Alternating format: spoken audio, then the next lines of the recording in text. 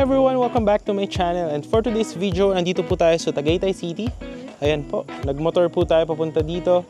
So meron po tayo ditong property na napakaganda po. Ito po yung kanyang right of way. Ito po is yung Barangay Road.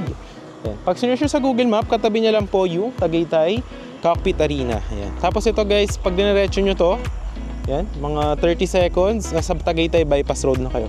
So this property going to Sky Ranch is around mga 5 minutes, 6 minutes yan. So may mga sakayan din po ng tricycle dito. So puntahan natin yung property, no? So right now is 6 PM po. Ayan. So malamig po dito sa property na to. Ayan. Ito may daan din dito isa. Ayan. So tayo is nagmotor. Ayan. Ayan. So tayo is nagmotor. Galing tayo sa Tagaytay Bypass Road. So puntahan natin yung property right there. Ayan. So ayan. So ngayon guys, habang naglalakad tayo is paliparan natin siya ng drone shot para makita nyo yung kanyang aerial shot that you will see here on 3, 2, 1. Here is yung aerial shot ng ating property.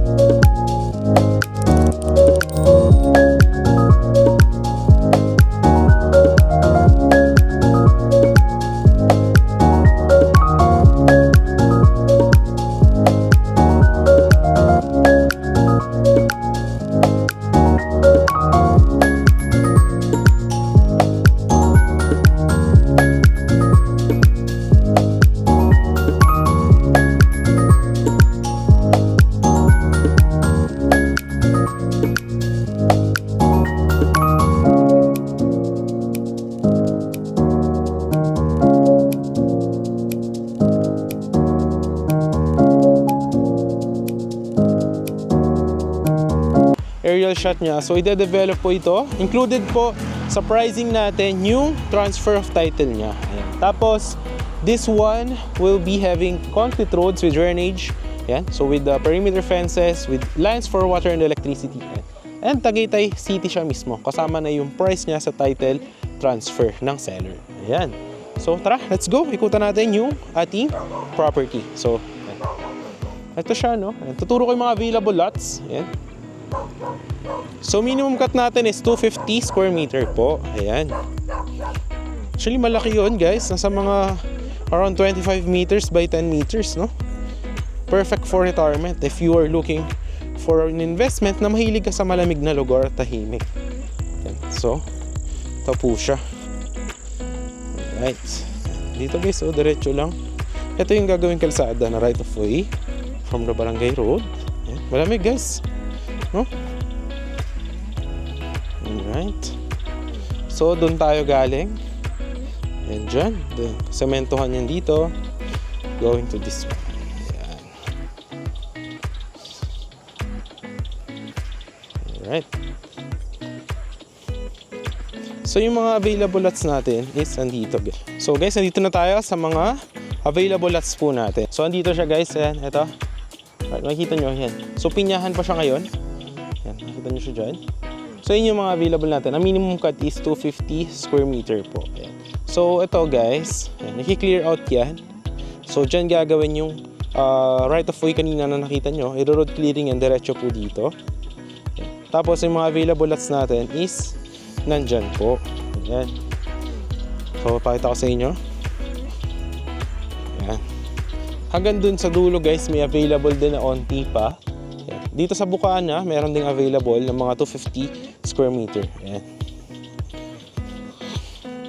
Tapos dito guys sa kabila meron ding mga available. Kung nakita niyo sa drone shot natin, so yan, may mga available. Ayan guys, meron ding school ng college, ayan, oh. Ayan. Guangming College. Ayan. So malapit lang kasi ito sa highway. Ayun naman yung LTE Tower. Tapos ayun yung barangay. Tapos andun yung linya ng kuryente. May LTE signal din po dito. Ayan. So yan. Few lots remaining. So few lots remaining na lang siya guys. Ayan. Tapos nakita nyo naman yung drone shot nya. So yun yung kalakihan ng property. And ipapakita ko sa inyo kung ano ba yung makikita nyo after the development. Kung ano yung magiging itsura nito. Ayan. So any house design po siya with the gated community. So papakita ko sa inyo yung drone shot ng mga sample natin ng mga finished projects that you will see here on 3, 2, 1. Ito po yung mga sample videos po nun.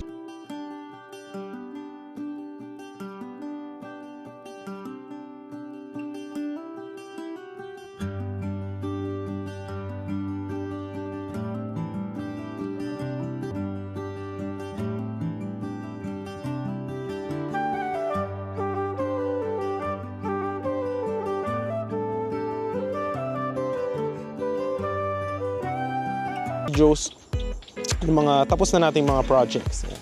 So ito po yung i-develop dyan. So affordable siya, and yan, kung naghahanap kayo ng mga property na perfect for retirement investment, you are an OFW, perfect na perfect to sa family nyo. Pwede na nyo rin siya ipamana. No? And yan, included na nga yung price ni seller sa pagta-transfer ng title. Yan. Tapos, yan, ang lapit niya lang doon sa may Barangay Road. Tapos, bypass road is around 30 seconds. So, papakita ko rin naman yung video from the Tagaytay Bypass Road going to this property. Tapos, malapit lang dito actually yung yung mga Balin sa Sayaw, tapos yung Sky Ranch. So, yan. Kasi Tagaytay City na to, Barangay Patutong Malaki po yan. So, malamig guys dito. Yan. Actually, parang magiging Korean skin ka dito. Charot. Ayan. So, yan. Yun lang naman nating sharing for today, and if you want to avail this kind of property, napakaganda siya actually. Ayan. So meron din pala available doon, end lot, ayan, pag gusto niyo, para lalagyan kayo ng perimeter fence. Doon sa kabila meron din available doon. Tapos dito sa Bukana dito meron din. Ayan. Ayan. So yun lang guys, so perfect siya kung hanap niyo is malamig na lugar and affordable. Ayan. So puputi ka dito. Para sa future, kapag na-develop siya, pwede any house design, tayuan mo ng siguro, lagyan mo ng pool or ng mini garden mo, yan. So, perfect na bakasyonan. And kung ikaw meron kang lupa sa Manila or house and lot, napaka-polluted na doon, and maingay dito, is you have your peace of mind naman. And at the same time, malapit lang din siya sa Calac, sa expressway. So, accessible din siya. So, yun. Yun, maraming salamat sa panonood guys, and if you do want this kind of videos, i-subscribe mo ating channel para lagi updated to our next upcoming videos. And syempre, yan, ipapakita na natin yung video from the highway Tagaytay Bypass Road going to this one. So yun lang guys, maraming salamat sa panonood, and God bless po sa lahat, at sa mga OFW natin dyan is ingat po kayong lahat. Thank you.